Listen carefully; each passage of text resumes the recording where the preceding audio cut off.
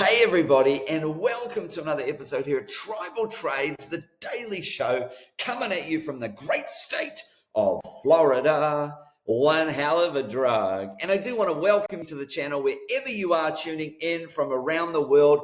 Thanks for watching. Today we're going to talk about my bull market exit strategy. What are the three things that I'm looking for that will confirm that we are in a bear market and it's time to exit all positions, short the market to the downside, make some money as the market drops, and then how to accumulate in the bear market lows in preparation for a new bull cycle. Before we do that, smash the like button. This does help get this channel out to more people, does help support the channel, as does your wonderful comments that you take the time to write. I take the time to read them and respond. Okay, we're going to look at the news here, and the news is not so good.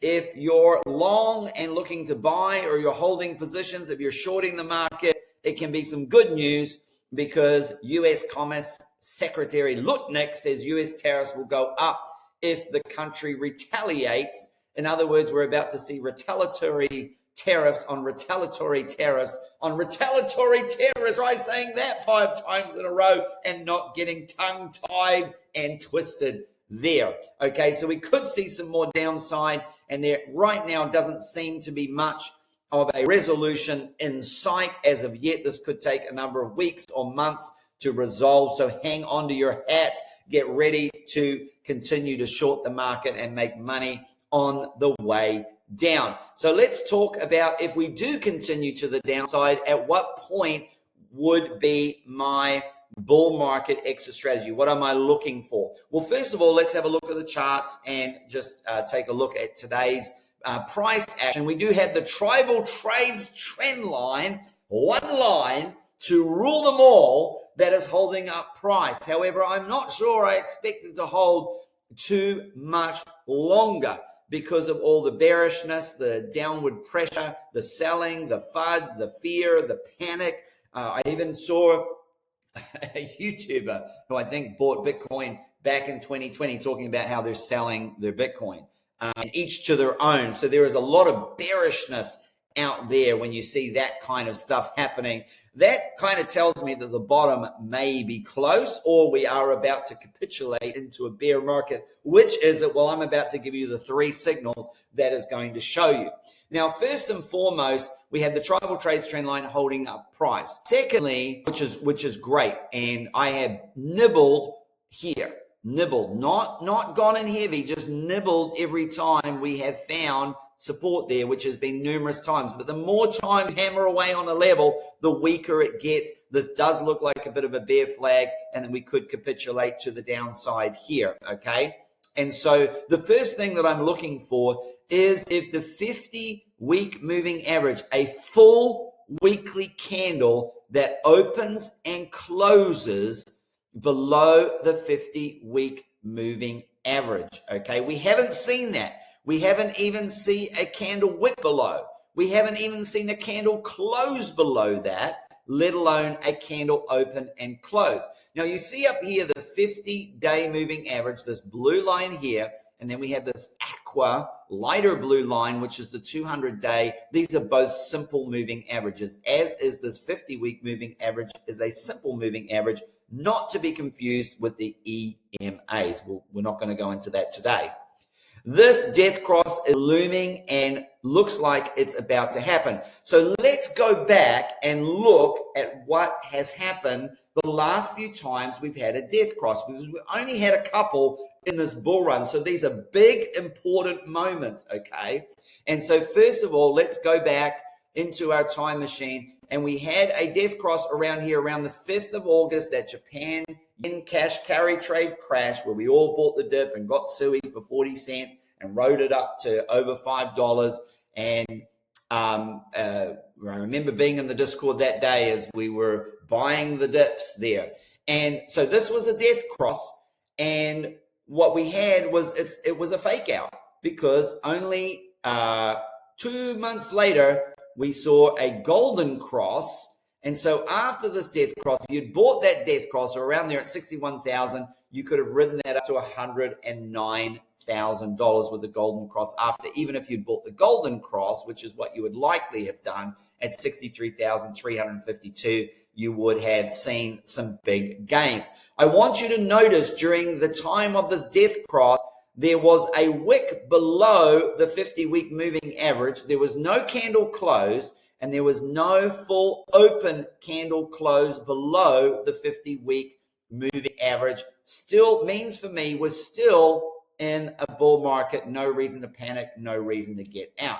Let's go all the way back to the first time that happened in the bull run, which was the death cross back here. Here we go, down in September 23rd. We saw a death cross, again a fake out because it went down in September and it was up by October of 2023. And we saw obviously a monumentous gain from that, from about 27, 28,000 all the way up to the 70,000 area. So we've seen the last two times there's been death crosses, it's been a fake out, and Bitcoin's gone parabolic. And how do we know it's going to be a fake out? We know because, again, say hello to my little friend. The 50-week moving average does not even get breached. It doesn't get touched. It doesn't get tagged. There's no close. There's no open close under it. And so we're off to the races. Why is this important? Because I'm going to take you back.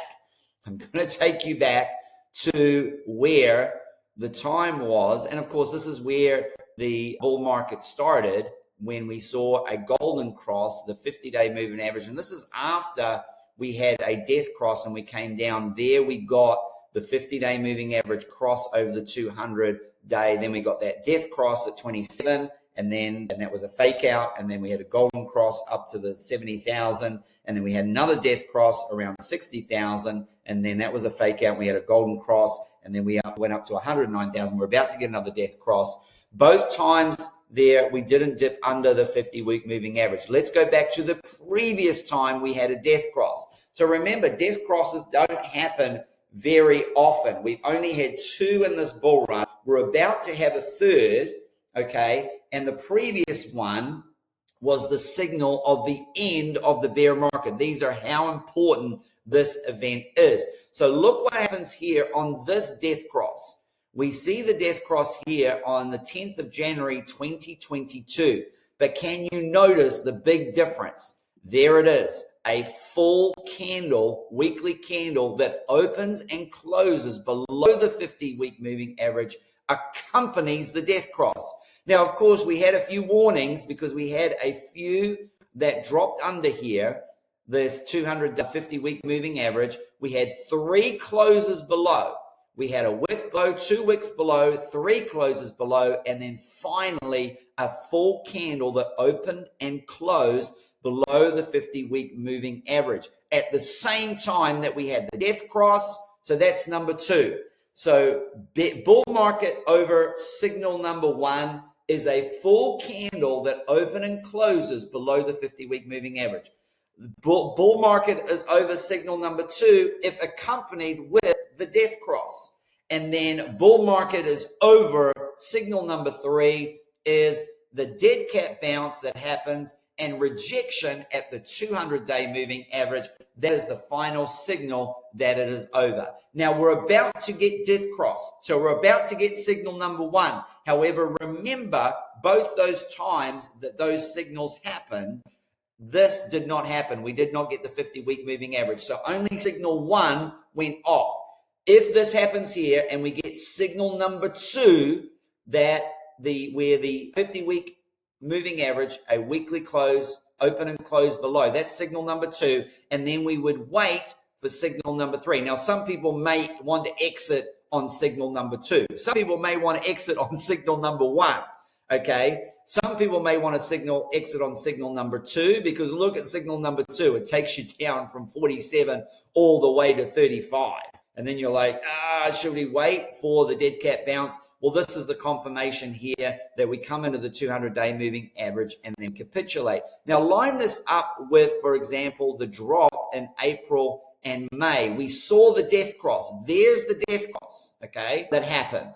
And this could be what's happening right now. Then what did we see? There's the 50-week moving average. We saw a couple of closes. We saw it get tagged. We saw a couple of closes below it, but not a full weekly candle open and close below this level. And then, of course, so signal number one fired off. Signal number two did not. And signal number three, we broke through the 200-day moving average and we're off to the races. And even when we saw there's the golden cross, saw a little bit of a drop after the golden cross. Again, we still didn't even breach or close below this 50-week moving average. And then we pushed off to a new all-time high. So that's what I'm looking. Those are my bull market is over three signals for you. Those are the three things that I'm looking for.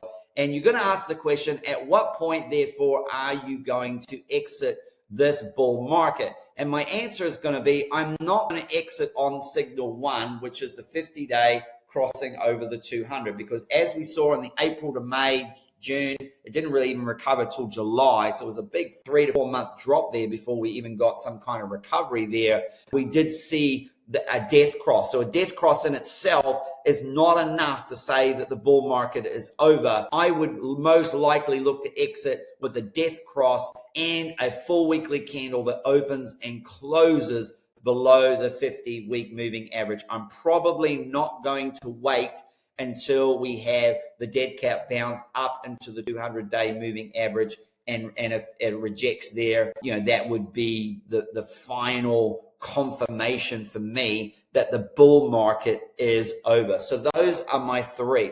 And so what could we see coming up therefore? So let's make the case for the bear and let's make the case for the bull. If we are going into a bear market from here, we're going to see a breakdown from this level, bear flag, down into this level. We'll probably have some support here like we saw at other times. It'll bounce off here, maybe a couple of closes. Then we'll finally have a complete candle that opens and closes below here, will bounce up into the 200-day moving average, will push up into there, reject off there, and capitulate down. That, I think, is the least likely scenario at the moment, because we're only going to see the death cross coming first, and we haven't seen the bear market indicator that the bull market is over. The bull case is that bear flag plays out, we break to the downside here, and we go under the 50-week moving average. We have a wick below it. Maybe we even have a couple of candle closes, but we don't have a full candle that opens and closes below the 50-week moving average.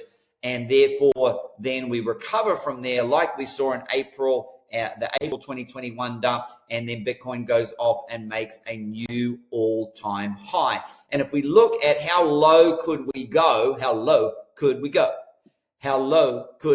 if we're still in a bull market? Well, I would think we could go as low as around the $69,000 area. I mean, look at this wick here. We had a wick from 94,000 all the way down, a weekly wick. When did that wick finish? It finished at about $78,000. Okay, so that was like a $14,000 wick, and it still closed all the way up here. We could see a huge wick, a huge jump to the downside of $8,000 to $10,000. So we could come up to this line and we could literally go down to 69, 66,000 and still be in a bull market, okay, as long as we don't have, as long as it doesn't open and close. So if we were to open here and then come down and close down, candle down there, then it would be over. And so that's what we're looking for. A close below the 50-week moving average is okay. A couple of closes, multiple closes is fine. Even a big wick down, and I could see a wick coming down to this 100 EMA on the weekly, down at 64,000 even there. I don't think it will. I think really we would probably get stopped somewhere between 73 and 69. And if we follow the yellow brick road, we're off to see the wizard, the wonderful Wizard of Oz. And as we see here, you do see this liquidity building up. There are billions of dollars, $8 billion at 81,000. That just seems too obvious that the market makers are going to come and get it. I think they will still come and get it. 80,000, there's 3.3 billion. 80,000, there's another 4 billion, 1 billion, 4 billion, 2 billion, another 2 billion, all the way to 79. So there's billions of dollars from 81 to 79. I think the market makers come and get that. And then I do think the market, and that may be it. that might be it. And then we might see some push to the upside because there are billions of dollars up around 90,000 to 100,000 to 110,000, multiple billions of dollars. This is really the area of interest here, that do we go this low down to 73? There is about 20 billion, cumulative $20 billion between 76 and $73,000, and that's just on one exchange. Of course, we could come lower to these lower levels, 66,000. There's $2.23 billion. Maybe we come down and wick into the $66,000 range there. Tell me what you think in the comments. Are we going to have a bull continuation after the death cross, or are we going to go into a bear market after the death cross? I want to know your thoughts. And as always, thanks for tuning in. And until the next episode, or until I see you in the Discord, the signups are below in the description. Click the more button. Happy trading.